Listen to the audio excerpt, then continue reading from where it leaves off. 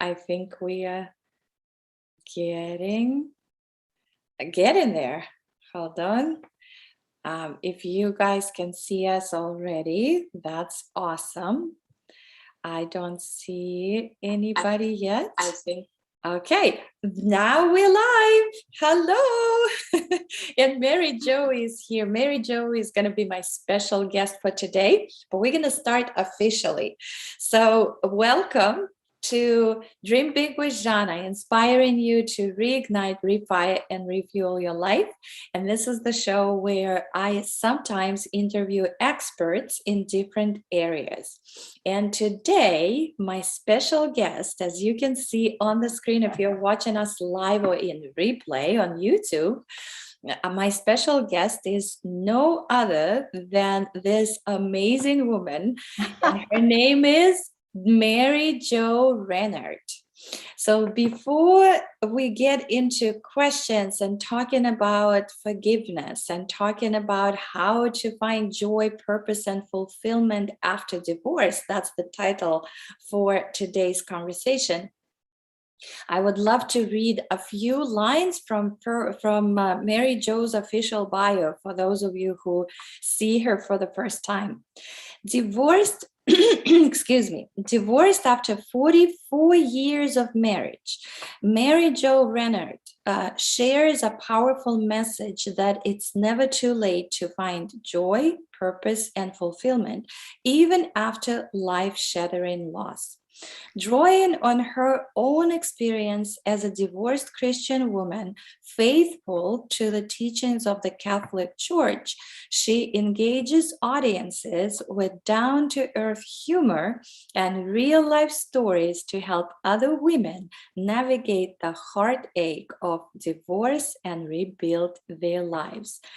So you can see from this bio that she is speaking on stages big and small around the world and virtual stages right now. She is also a certified nurse practitioner.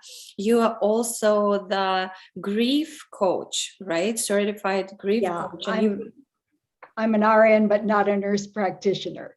So yes, that's okay. I would love to be, but that's okay. Went other ways. That's okay. It just tells us how much care you have in your heart. My daughter wants to be in the medical field, and I know it's just every time I hear the word nurse or anything that is connected to caring for others, that's what it doesn't matter. The titles don't really matter. I know your heart. And from my personal perspective, let me just add that Mary Jo is always a joy to be around. And if she makes a comment about something, it's always coming from the place of love. And that's a rare gift. And I want to just thank you for that. And welcome to the show. Oh, Zhanna, I am so happy to be here. It's such an honor and a privilege to be here. I enjoy talking with you every time we get together. And I look forward someday to meeting you in person. Yes, same here. I believe that will happen. Yes, absolutely. Absolutely. So, Mary Jo, the first question I always ask is about the big dream. What is your big dream? It could be personal, it could be business related, it could be more than one, and they change all the time. So, what's your big dream? They do, because certainly when I was a child, I never thought I would grow up and be doing this. My big dream is to bring God's love to people all over the place. Right now, my focus is women who've experienced divorce, because I think that's something that we lose when we go through the breakup of a marriage, that, the love of your life dissolves. And you have to find that part of you that is loved. And that connection, for me, that connection is with God. Mm-hmm. That if you know you're loved and for who you are, not what you do, not your roles, not your relationships, it'll get you through just about anything. So That's a very deep place. I'm glad we're going right in there. sorry. Because it's such a huge topic for so many, and not, well, in your case it's the divorce, so we're going to start with divorce, but also can we maybe if we have time to later on to talk about grief in general. Oh, So yeah. yeah, especially and the reason I'm asking is because just recently, it's just on my mind, a friend of my very, very dear friend of mine, uh, who has two children, one autistic, and she just lost her husband to COVID. She's back in Russia, and she says, I'm totally lost. I don't know how to put myself together. It doesn't seem to be possible to continue living. So Yeah. but let's not start with that. So this is grief, and grief is grief, Yes. right? Whether that's Right. divorce or the death of a loved one.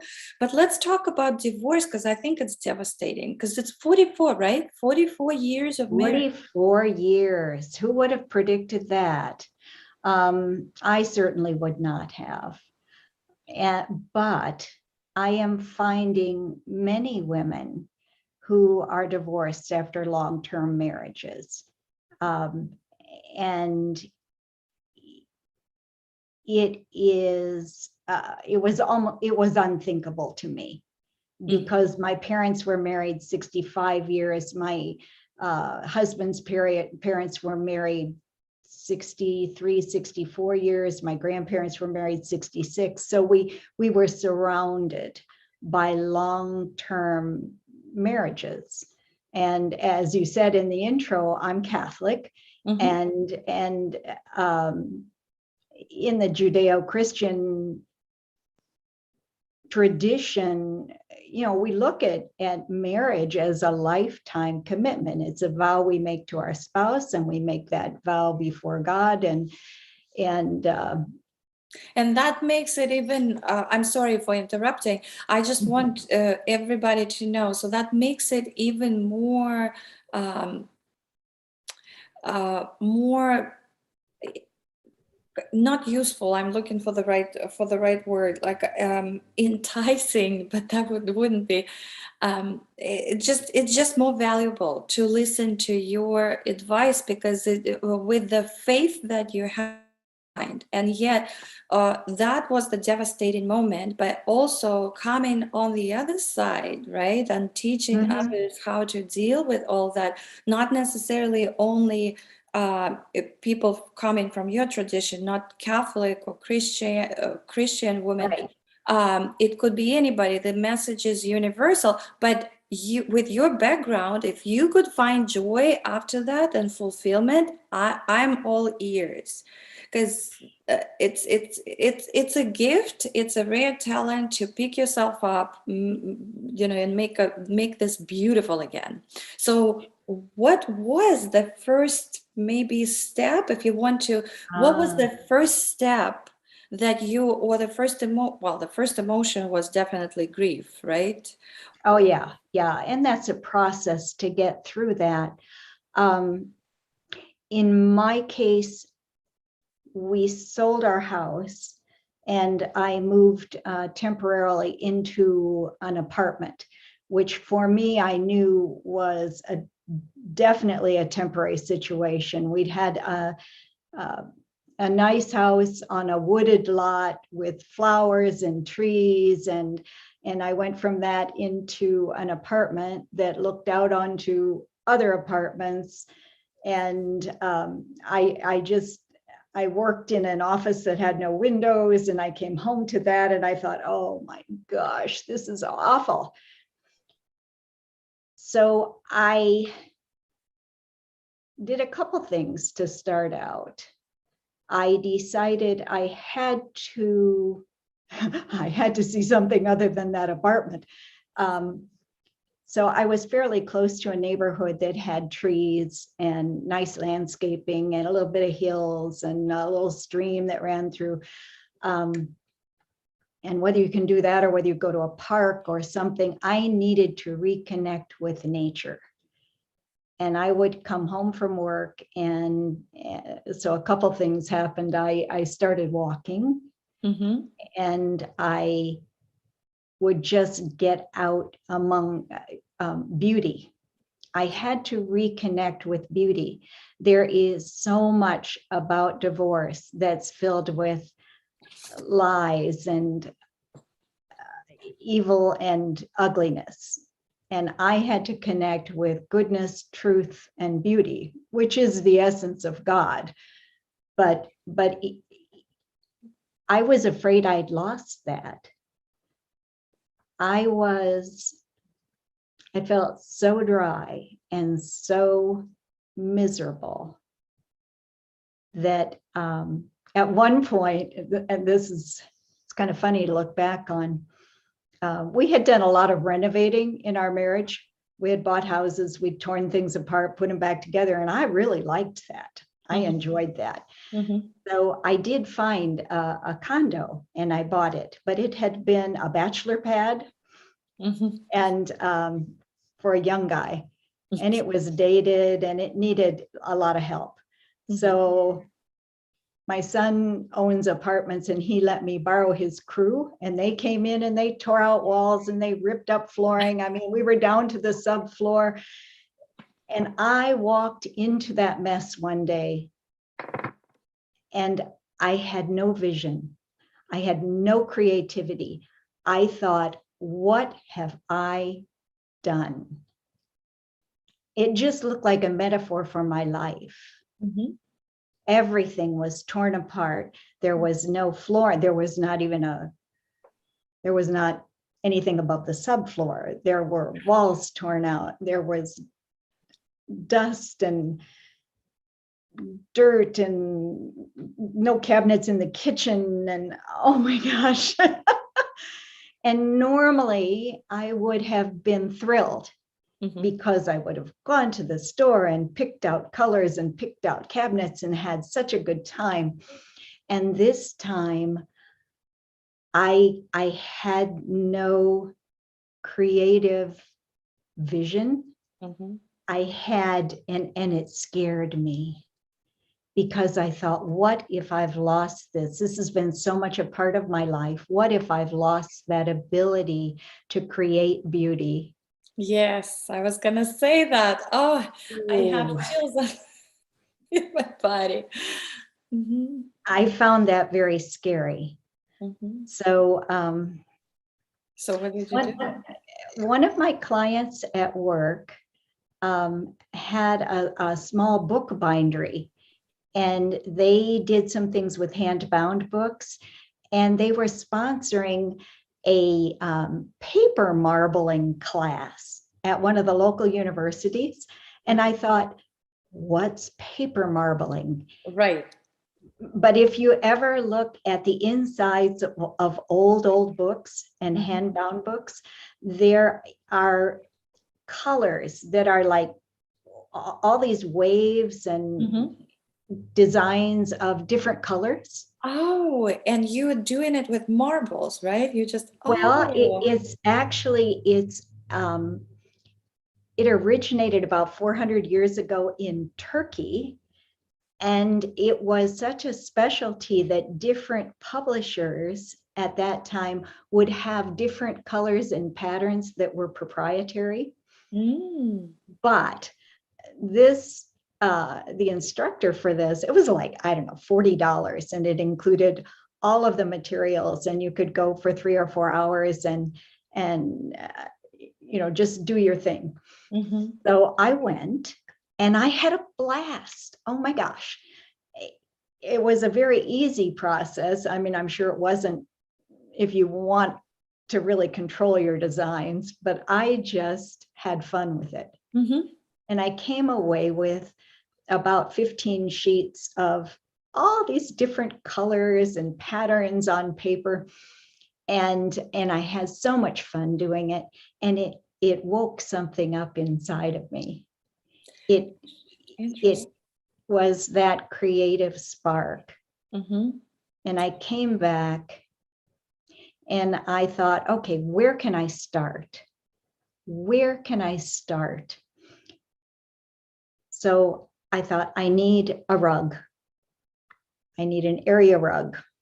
So I ordered, I looked and looked. I mean, oh yeah, there are thousands. Yeah. But I decided, this is my space. I don't have to have anyone else's approval. I can do Whatever I want. whatever I want. I can be wild with color. I can make it my own.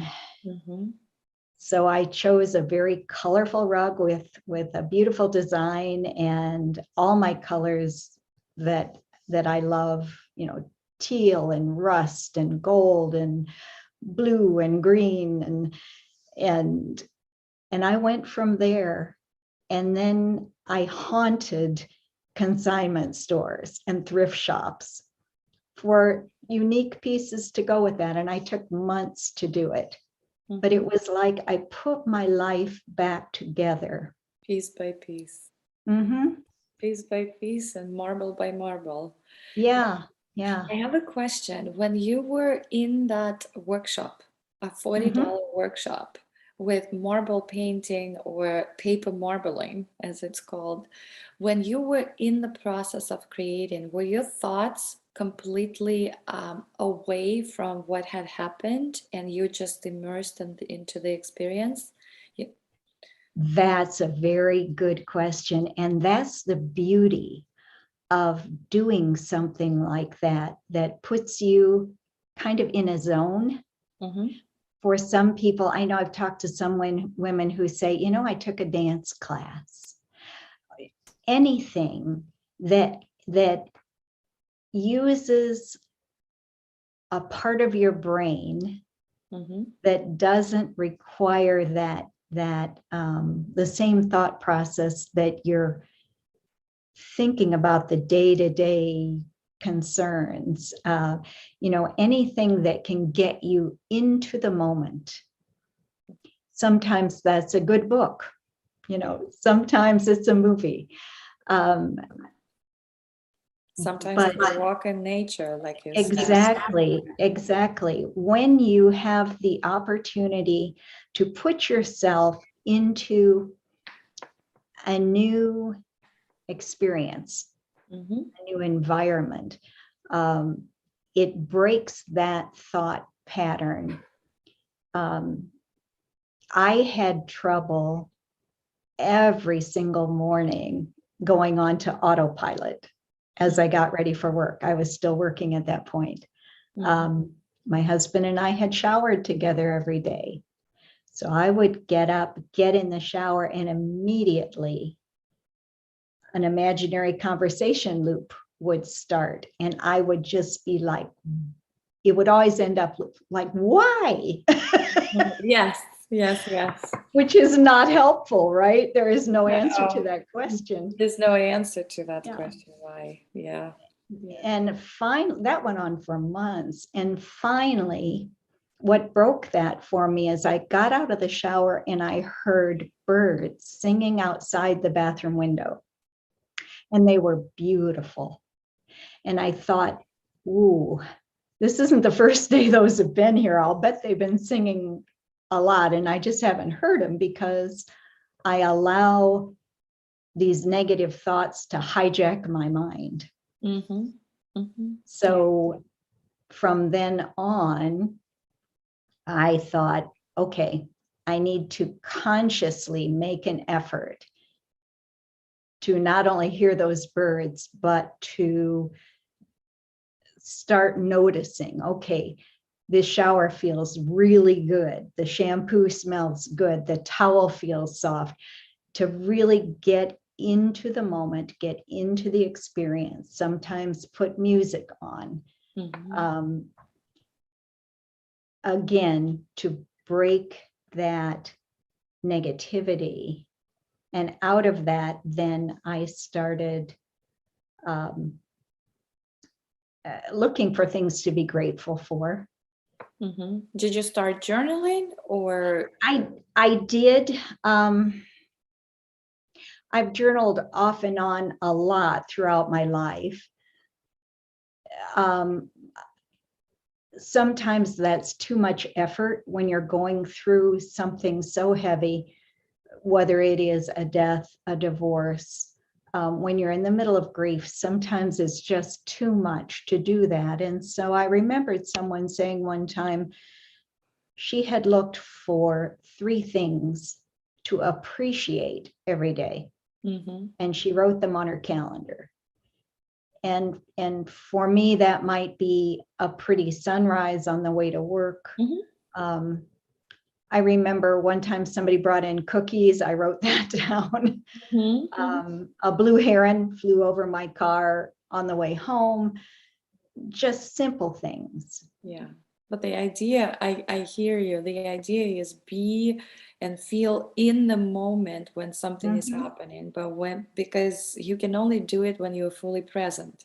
If you're in your thoughts, right, in this old pattern, then you're constantly thinking you're not living in the moment. You don't see the bird flying over your car because you're still processing that video that you're watching, the mental video or the conversation or both. And yeah, so it's really, but also what I noticed in your story so far, when you said that that apartment, the torn out apartment, looked like the metaphor for your life, and you were looking for beauty. I was, before you said that, it was in my head like, your beauty is one of your core values. Look at you, you're always stunningly looking, and it's not only, but this is the outside, right? That's how you dress, that's how you present yourself, but also it radiates. I mean, I know it very well because beauty is also one of my core values. It's inside out, right? It's inside out. And if you lose something in the inside, you're looking for this harmony. And I think one of the lessons from you for all of us is that when something happens that throws us off track, something heavy like a divorce after this long-term marriage, but I think, even if it's a short term, it's devastating, right? It's still devastating. It breaks you in so many different ways, but then what do you do with that is the question. And what I was going to say is, I hear that you go back, like you really go back to what are your true values, not somebody else's, but what are your values? And then you go back to that, and then in that you find joy. So for you, the beauty, the paper marbling, it's all connected. It's all about the beauty. And then you found the rug, right? And then, isn't that counterintuitive? Like we think that the more we think about the problem, we're going to find the solution, but it's the other way around. Yeah, it is the other, and that's a really good observation, because when you think about the problem, that is all you can think about. You get into that loop, and it is a cycle that's really hard to break. And I know women in particular, and I know men who've done it too, but my husband had an aunt, and I loved her dearly, but her husband had died when I think they were probably in their 50s. She lived to be well into her 90s, and she still was caught in that loop of grieving for him so intensely. And it's almost as if people feel if they let loose of the grief, they lose the person. They lose the person, and they also think that they betray them in a way. Yes. Right? They betray. So what would you say to that? First of all, grief is a very individual thing. I mean, very individual. We can talk about stages and all that stuff, but everyone handles grief differently. It is a universal response. And whatever you're feeling is valid. However, you can't live there. If you live there, then not only has that person or that relationship died, but in a very real sense, you die. Mm-hmm. And we have a responsibility to ourselves to not only survive, but to thrive. It doesn't take away from the person who died if we find happiness, if we seek happiness. Mm-hmm. In fact, I'd venture to say that in a situation where someone's spouse has died, that spouse would want the surviving spouse to be happy.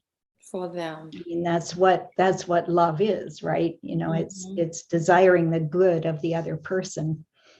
In the case of divorce, sometimes it's tempting to hang on to the grief, the anger, the unforgiveness, all those emotions, because it makes you feel more powerful. It makes you feel like you have some power over the other person, but actually the opposite is true. As long as you allow those feelings to control you, who has the power? Right. You or the other person? The other person. They don't care. Yeah. So, Yeah. Yeah. Did you in your particular case, did you seek counseling or did you cope with that yourself? And what would you advise to others? Because you do coach people on that. I do coach people. I immediately, the next day when I knew what was happening, I knew that my emotions were so high. I needed to talk to somebody right away, like right away. Mm-hmm. And I called my church and I made an appointment with one of the priests there. And they gave me to a Polish priest who was what I thought was going to be very conservative and very, I thought he'd probably say, you know, both of you need to go to marriage counseling and, you know, figure it out. Which would have been very difficult because my husband did not have any remorse. Mm-hmm. You know, if two people are willing to work to make things better, you can do it. If that isn't the case, it's very next to impossible. Mm-hmm. So this man was so wise, because I came in and I was loaded for bear. I mean, I was so angry. And I said to him, I know you're going to tell me how to, you know, I got to forgive, da, da, da, da, da, da, da. And he said, whoa, wait a minute. He said, first of all, forgiveness does not mean forgetting. It does not mean condoning. It does not mean this is all right. And he sat down and listened to me for well over an hour, and he gave me some really, really good, empowering advice. First of all, he said, this kind of stress can kill you. Mm-hmm. So he said, you've got to take care of yourself. He said, today and tomorrow, I want you to rest. I want you to eat good food. I want you to take care of yourself. Mm-hmm. Then I want you to realize you can make decisions. You can make choices. And he said, you can make the rules. And I thought, ooh. I like that. I like that. You know, he said, so I want you to rest for 2 days and then you make the rules. Mm-hmm. And eventually the rules that I came up with were that I could not stay in that relationship. Not an easy choice, not an easy choice, but I had the cause of my divorce was serial infidelity. Mhm. And I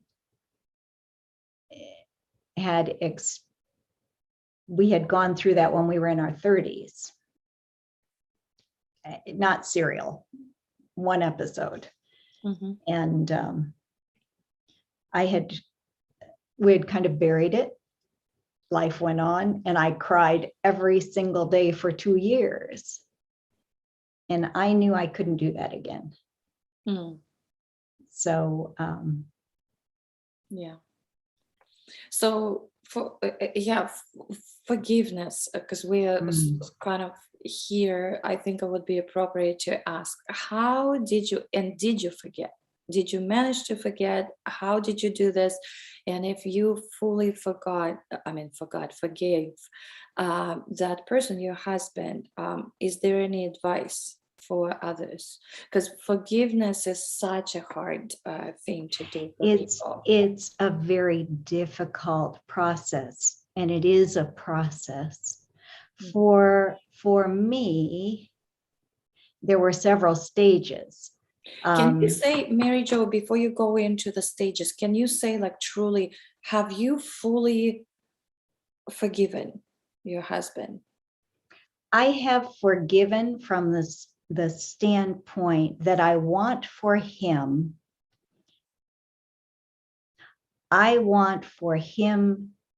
to be all that God wants him to be. I want him to have a full life in the sense that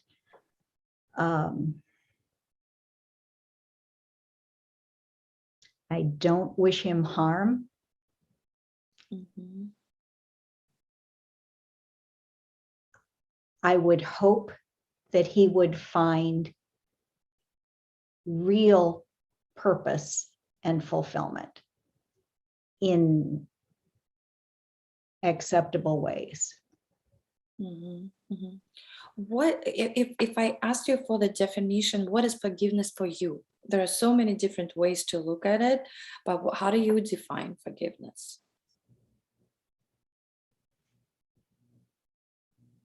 Forgiveness is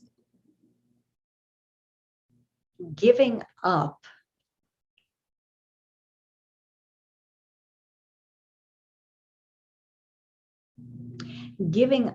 the ability for the other person's actions to hurt me. Does that make sense? It does. I think I may not have reframe it a little bit, but it does make let's sense. reframe that. When When you forgive, mm-hmm. it isn't that you forget what You happened. don't give the power over to the person who hurt you. Is that what Right? you're saying? Yeah. Yeah, and it's not a case of it. It's not an interaction between you and that other person. It is forgiveness is for you. Mm-hmm. Doesn't matter. The other person probably will never know. In fact, if you went up to the other person and said, "I forgive you," they would take issue with it because it would be very threatening, right? You know, there's nothing to forgive. It's all in your head. So forgiveness is a process that you come to within your own self, where I release the power that injury has to hurt me. Yeah. Yes. Now, is that an instant thing? No. Is it even a one-time thing? No. Mm-hmm. It's a process with many layers. And sometimes you think you're there, and then you find, ooh, there's still a sting there. And so you work through it.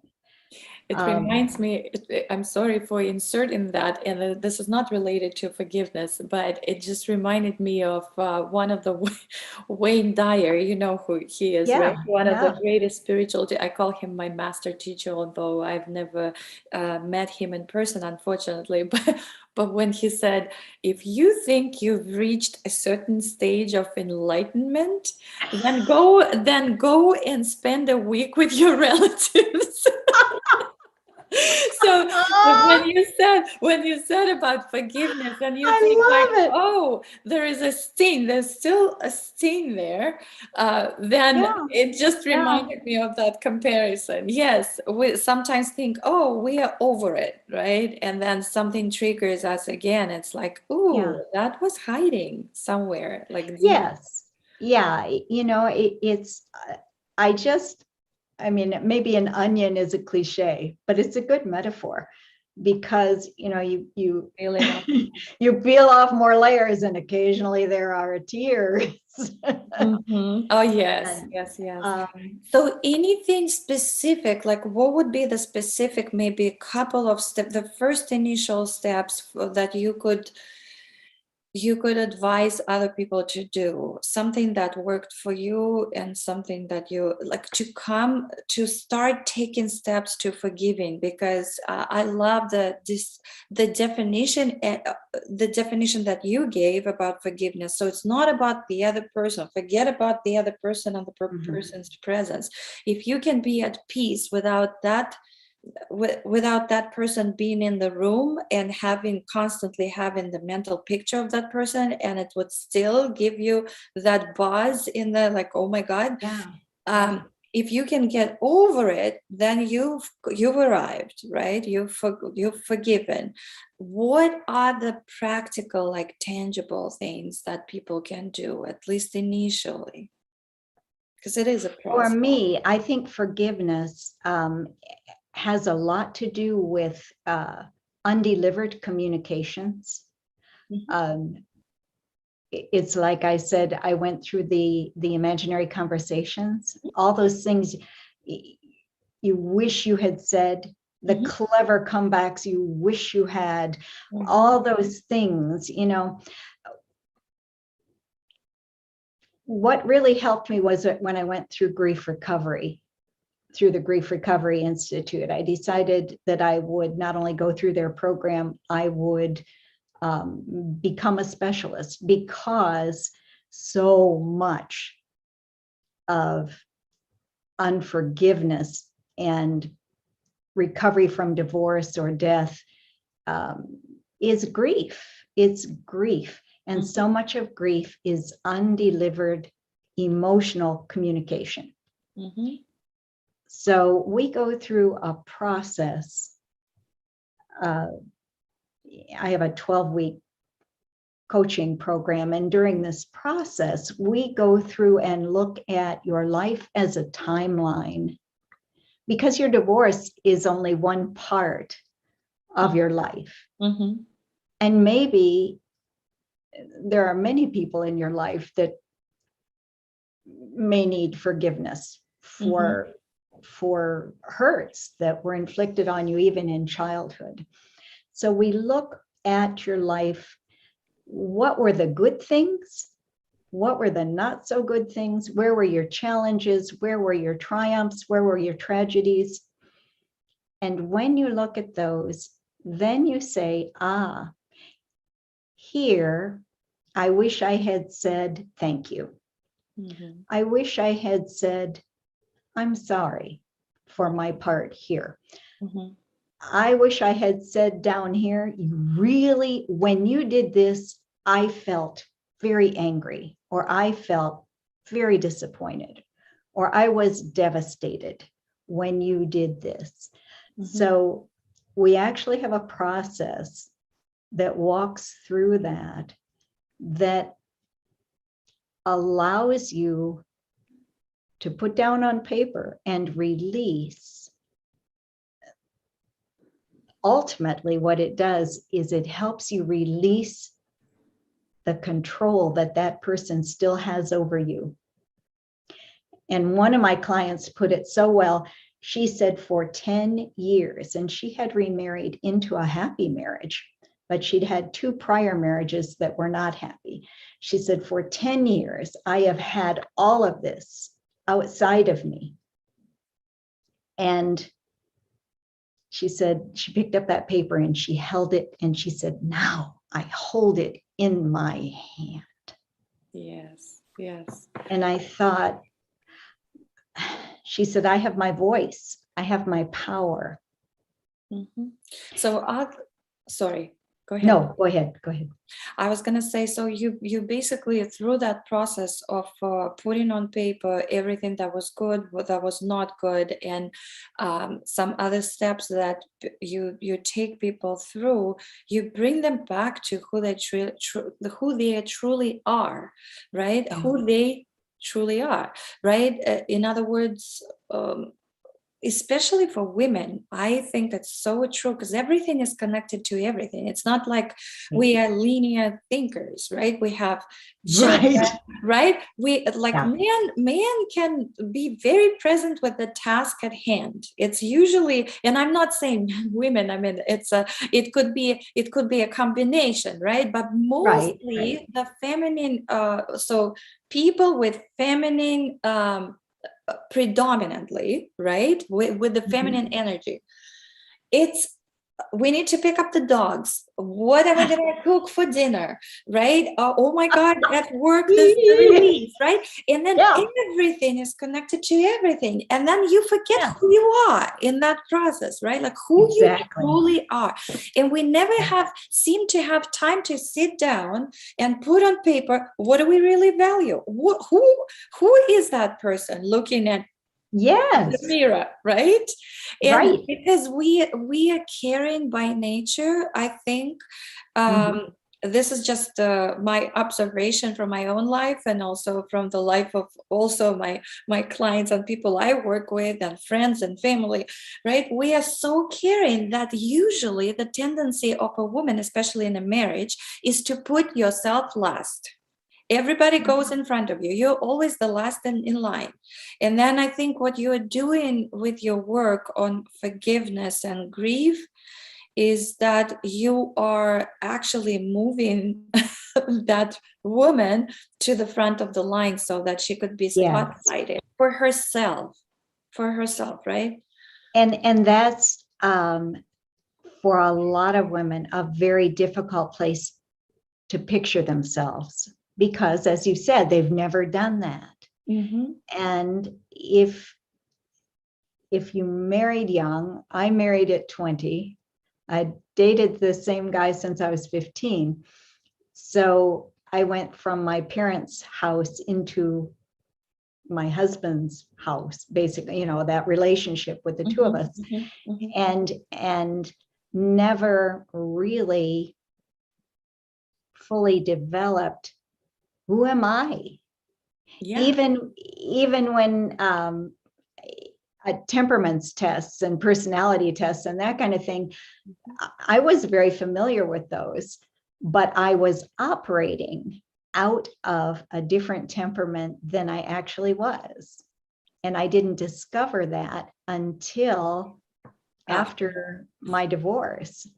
And it was actually when I wrote my book. And yes, I was going to say, yes. Mary Jo, what's the title of your book? My book is You Are Still Beloved. When your long-term marriage ends in divorce. I strongly recommend that, and we have the link. It's available on Amazon for anybody who has a friend who's been through the divorce, or if you're curious about the steps that Mary Jo went through. The link is there in the description of the video. I'm sorry I interrupted you, but no, thank you for pointing that out. But you know, it's not a how-to book. It's more like, I mean, there are some, it's my journey and what helped me, and what I have learned is helping other women also. Hopefully with some funny stories, some poignant stories. Yes. It's beautiful. So, but you started saying that in your book there's a I was going to ask you about some stories, maybe if you could share with some of your clients that you worked with, any success stories. One you already mentioned, that she was in two unhappy marriages and then she Yeah. went into this third happy marriage. Any other like breakthroughs that people you worked with had? Yes, I had one woman whose husband was highly addicted to alcohol, and she had been divorced for about 4 years, but she came to me and she said, I divorced the addiction. I did not divorce the man. Oh, I still love the man, but he is a terminal alcoholic. And I could no longer live the way that marriage was because of the alcoholism. And she really did the work. I mean, this is not a program where, somebody, you read something and you move on and it worked. no, you're actually, You really do have to do your own grief work, but there's a lot of help in being in a group situation too, and individual. She started smiling more,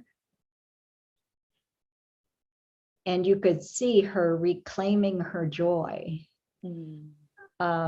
It was very interesting. And by the end of the program, she didn't cry anymore when she talked about her marriage. And she said she was going to go back to her church and make sure that they had a divorce ministry program and she would take charge of it. oh, And I was just like, yes, this is yeah, so awesome. yes, That's my hope, is that this will help people, those ripples in the pond, that other people will take up that cause and say, yes, let's go out and we'll help more people. absolutely, yes, yes, yes, and spread more love. And Mhm. how can we do that? How can we make a better world? By being happy, by bringing ourselves back to happiness, to that sweet spot when you are totally in alignment with the source, with God, whatever word people are Yeah, using, right? yeah. Yes, and this huge idea that you are loved, that you always emphasize. If you could maybe give us just a few suggestions on how to. I feel like it's a phrase that a lot of people are using, but even people who are saying that, not all of them truly believe that this is true.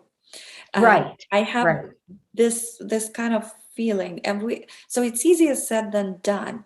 And Mhm. I know for a fact that you mean it. So how is there any way, can you shed a little bit of light to that I feeling? I always ask people to, first of all, understand that out of the billions and billions and billions of people who have ever existed from the beginning of time, there has never been another you, and there will never be another you. No pressure, right? Well, I love that.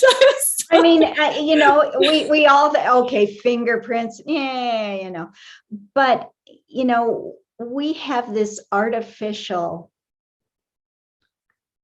concept of, what women should look like, or what women should weigh, or what we should wear, or whatever. And if you move from culture to culture, It will vary. that changes. Mhm. Um, what kind of brought this home to me one time is I was sitting eating breakfast, and from my table, I can see a window, and the sun comes up at certain times of the year in that window. And it creates a beautiful picture for me. There's a tree in front of it. That tree blooms in the spring. It has pretty colors in the fall. And it just creates this framed image. And every morning I think, nobody in the world sees that picture the way I do. If I had an identical twin who stood right next to me, the view would be different. The perspective would be slightly different. God created me and you and you and you and you to see things in a very unique, precise fashion that nobody else in the world has that perspective physically. No one else in the world has your same set of mental perspective, your unique circumstances and experiences and likes and dislikes. And by the time you take all those countless things into consideration, we're not clones. We're not, you won't ever find a person just like you. And we're created to be that way. And that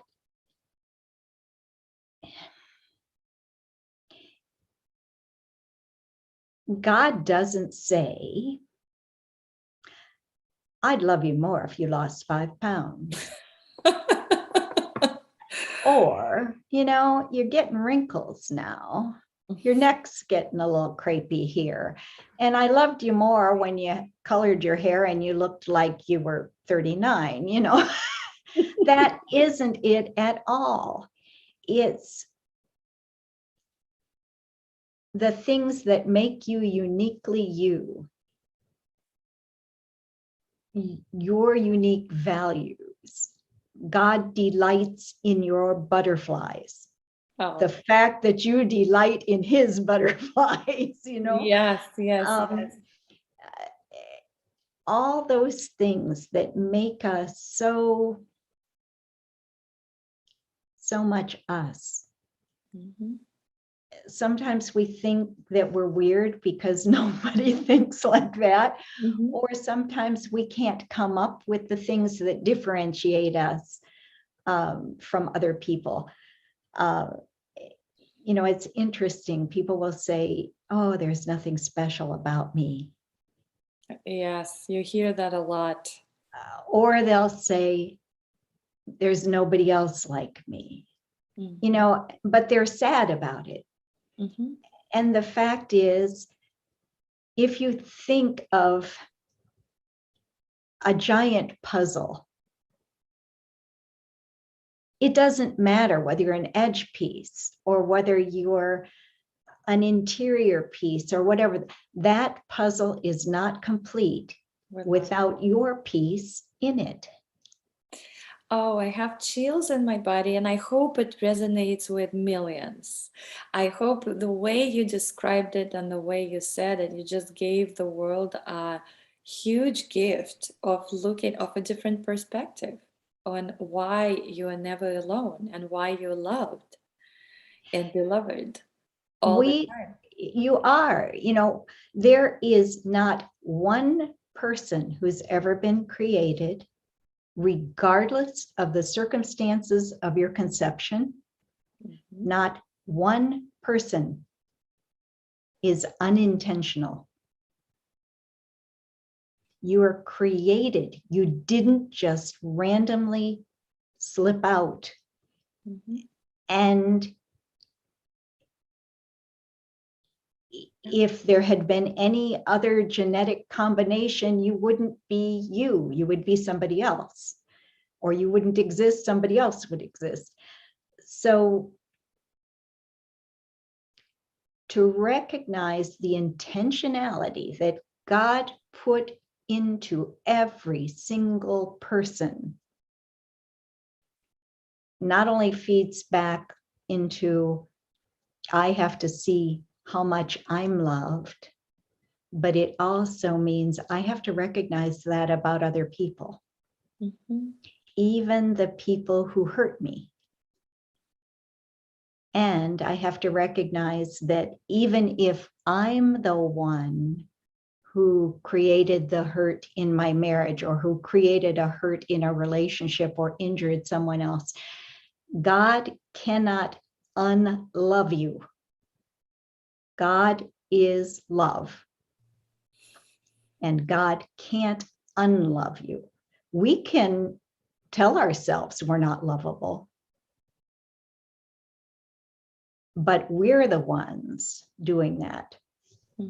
And that's a very hard, it's a hard concept, because as humans, we don't love unconditionally. We usually don't, if we think deeply. We say we do, but I think we don't, but we're striving. Those on spiritual paths, we're striving for the unconditional love, but we're still humans, right? So with all our limitations, but we're getting there. Thank you so much for all this beautiful wisdom and the tips. Mary Jo, I just can't thank you enough. So how can people find you?